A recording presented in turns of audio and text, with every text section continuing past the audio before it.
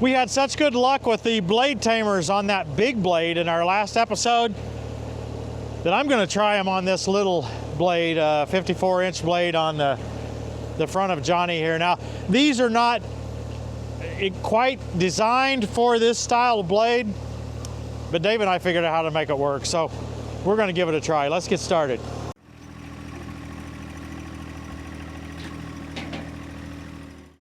It's cold today, about 3 degrees Fahrenheit.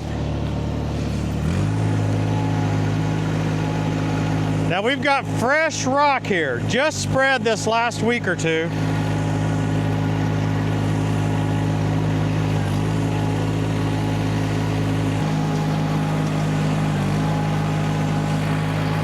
You know, I'm going to tell you something I need right now. Look how I'm having to steer like this. Heavy Hitch has some new weight brackets to mount your weights to your loader brackets right there and give you a lot more weight on your front wheels. If I had those, I'd have a lot better pushing ability.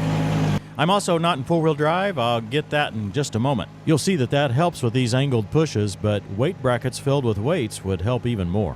While we're on the topic of weights, that's why we don't run rear ballast in this particular configuration. We want all the weight on the front end that we can get. This is the first decent snow we've got since our building has been up, and you can see that it drifts right along the side of the building there. It's probably going to be trouble for me on an ongoing basis. Or maybe I should view that as an opportunity. Either way, this is a pretty big snow pile for an 8 or 9 inch snow. Seems like it's been a long time since I've pushed snow with little Johnny and the 54-inch blade. I've forgotten how capable it is. I'm a big fan of the direct attach blade instead of the loader mounted blade.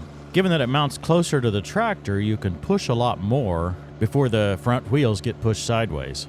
The loader mount blade would extend out so far that it adds extra leverage and just doesn't allow you to push a pile like this one does.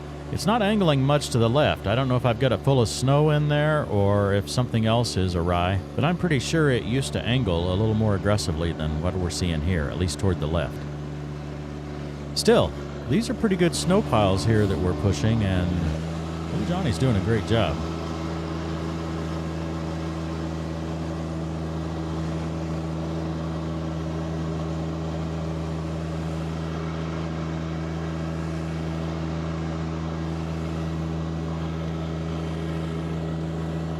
In some of these shots, you hear some transmission whining. Please understand that the microphone is attached to me, so it's a tractor point of view rather than an external camera point of view. So it sounds a little odd, perhaps, but that is the sound you hear on the tractor versus being away from it by 10, 15 feet.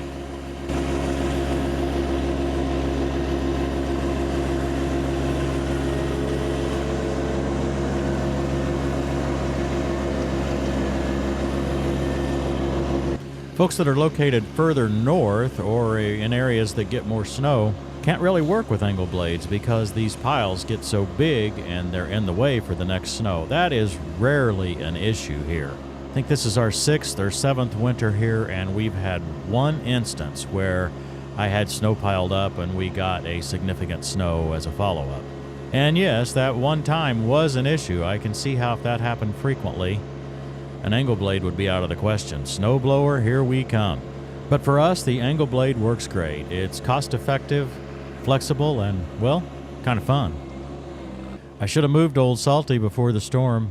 Now he won't start, even with a brand new battery. Just too cold, I guess. It's probably a good thing I didn't find a cost-effective used 366 blade for the front of old Salty. I might have been using it instead of Johnny this time. That cab looks attractive.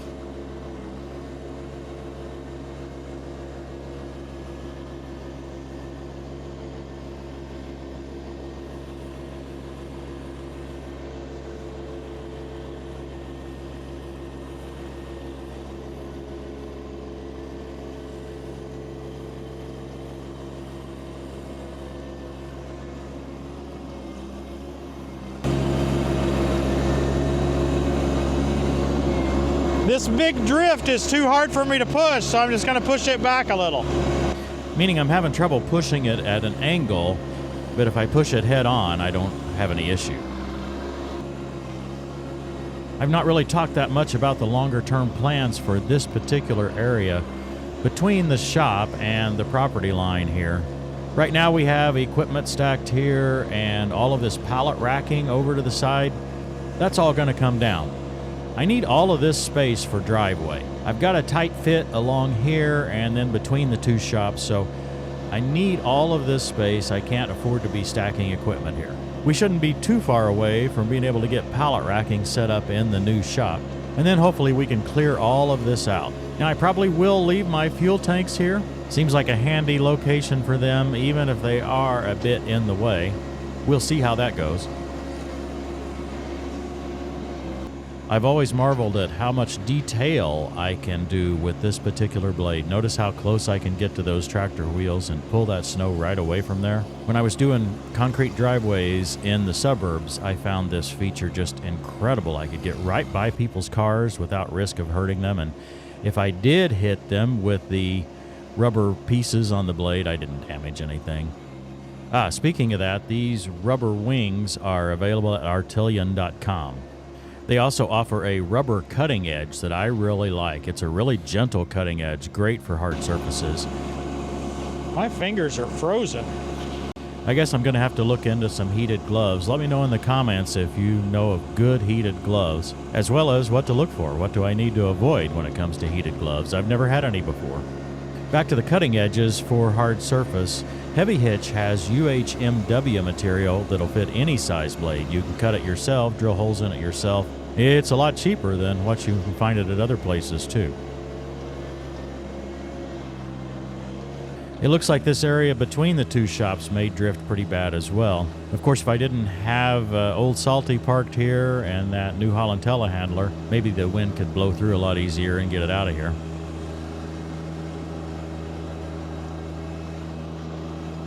Here's some of that detail work here. Not only am I very close to the shed, I've got kind of up and downs there where I've added rock right by the doors, but I didn't add rock between the doors.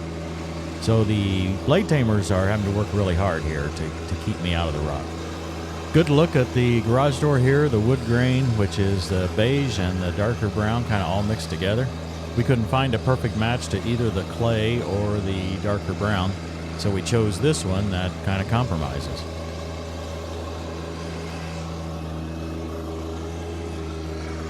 For this particular area, a snow pusher would be the best idea. I used to have one, but I sold it because I didn't really have a need for it at the time. For long driveways, an angle blade works the best, but for a parking lot area where you need to push the snow out in front of you and stop like here, a pusher is really good. So to state it simply, my opinion for moderate snow areas is for a driveway, use an angle blade. For a parking lot, use a snow pusher. Having said that, with a little bit of extra effort, this angle blade's going to get the job done in this parking area where we're pushing it forward.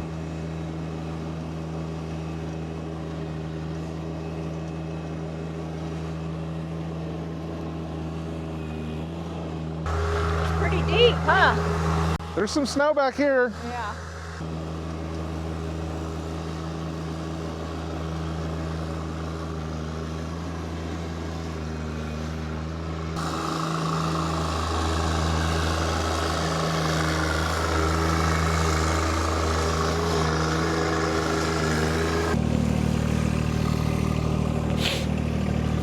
Okay, Dave, you're on.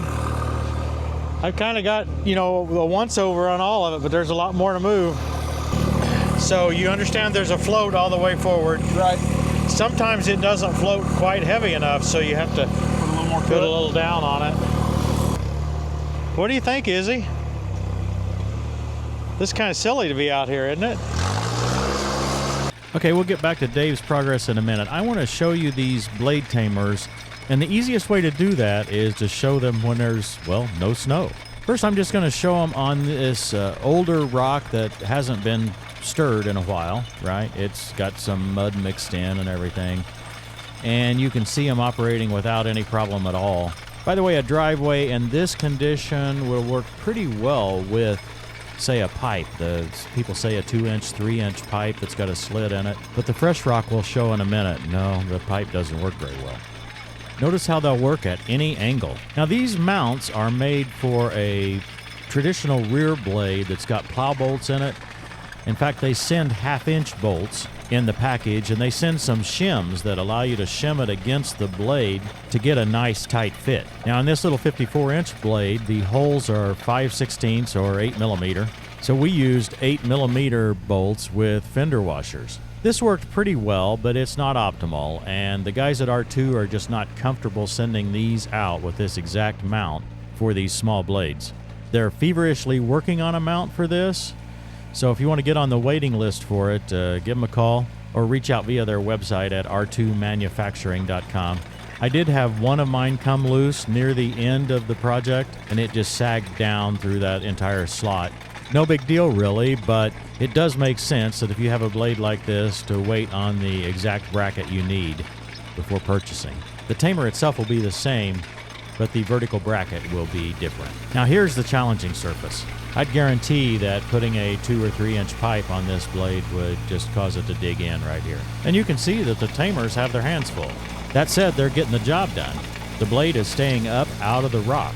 And what I've seen over the years is it's much more challenging to keep a blade, or a bucket for that matter, up out of loose rock than it is more packed down like we showed before. Now this blade in float has limited down pressure, probably 100 pounds, 150 pounds that it weighs. The 900-pound Rhino blade that we had in our previous video overwhelmed these two blade tamers in this condition. Now once there's snow on this rock, it behaves better. It's easier to keep the blade up out of it, so I consider that loose rock without any snow on it to be a worst-case test. Even though it's better, loose rock is still difficult to deal with. And to date, I've never used anything that works as well as these blade tamers on this small blade for that purpose.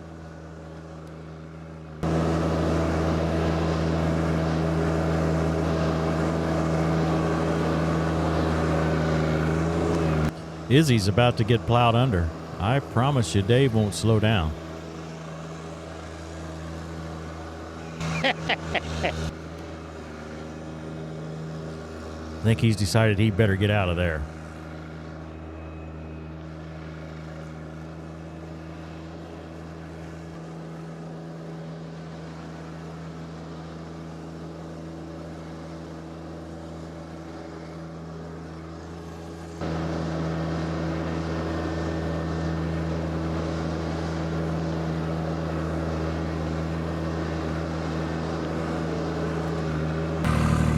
Remember how this goes up and down?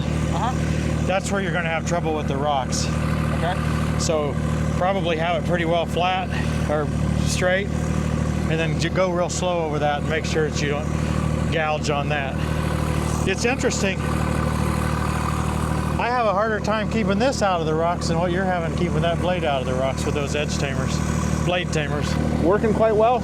They are working really well. You're almost. I do wish I had the angle blade so that I could fold it and shove. Yeah. But other than that. Yeah, this is meant for putting stuff off to the side, not pushing forward. A snow pusher would be better for this particular area right here. Yep. Christmas next year. There you go.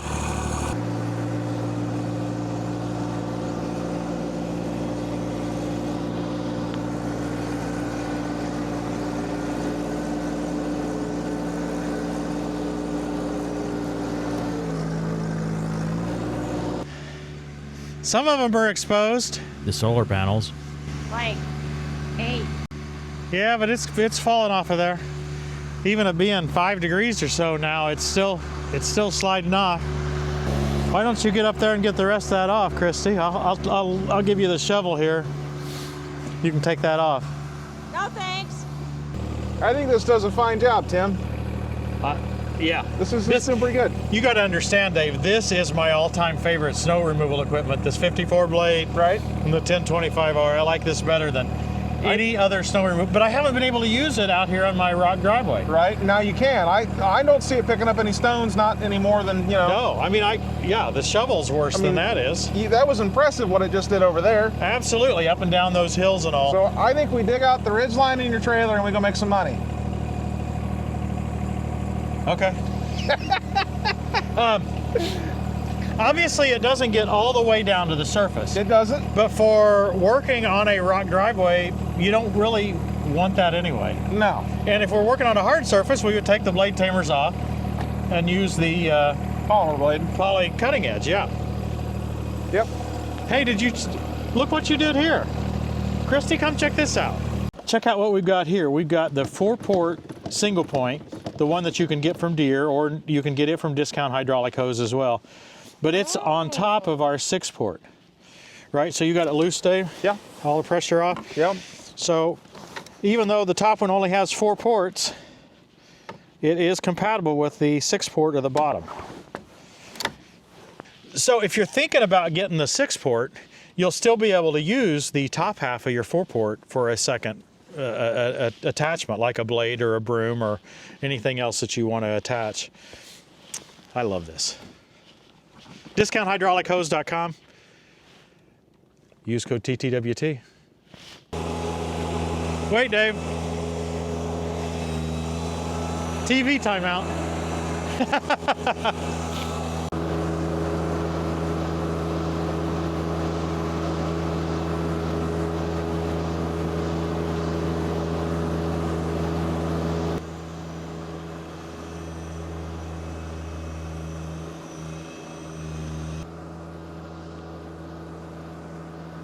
It's hard for me to believe that after going over this loose rock repeatedly, we're still not gouging into it.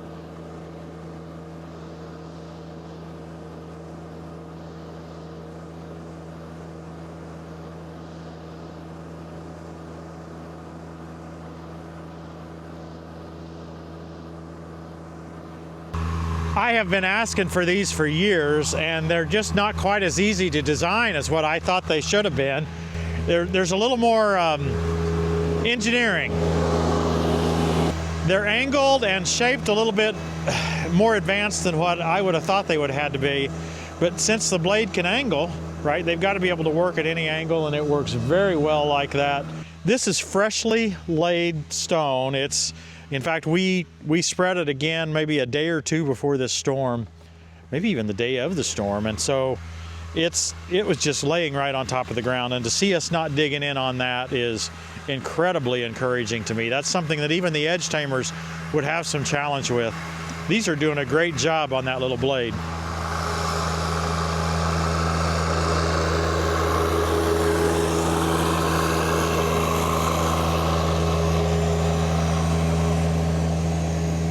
Let's see how much we've got here. See, we're right there. We're right there at the rock. It may seem like there would be a lot more, but there really isn't.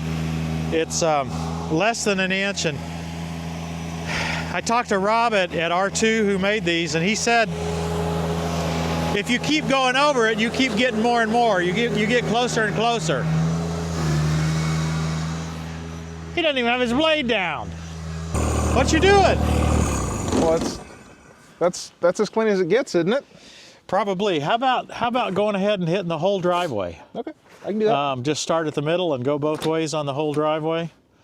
And Let's see. Maybe you were trying to pack it down. Well, no, I threw it in high and took it out of 4-wheel drive. I was trying to get it to spin around because I was going to spin it and park it like that because I thought that'd be cool, and it refused to do it. So yeah, it's not that. No, it's not that get up and go. It's cool with the turbo and all, but not that cool. No.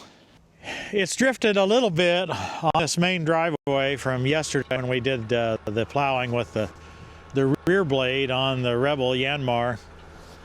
So Dave's going over that a little bit. I'm incredibly impressed with this little blade and the blade tamers. It's something I've wanted for years, and a huge help. It's cold out here. My camera lady's getting tired of being out in the cold, and quite frankly, I am too. Hope you guys have enjoyed this. We'll see you next time on Tractor Time with Tim. As heat and drought snatch away the melted snow, so the grave snatches away those who have sinned.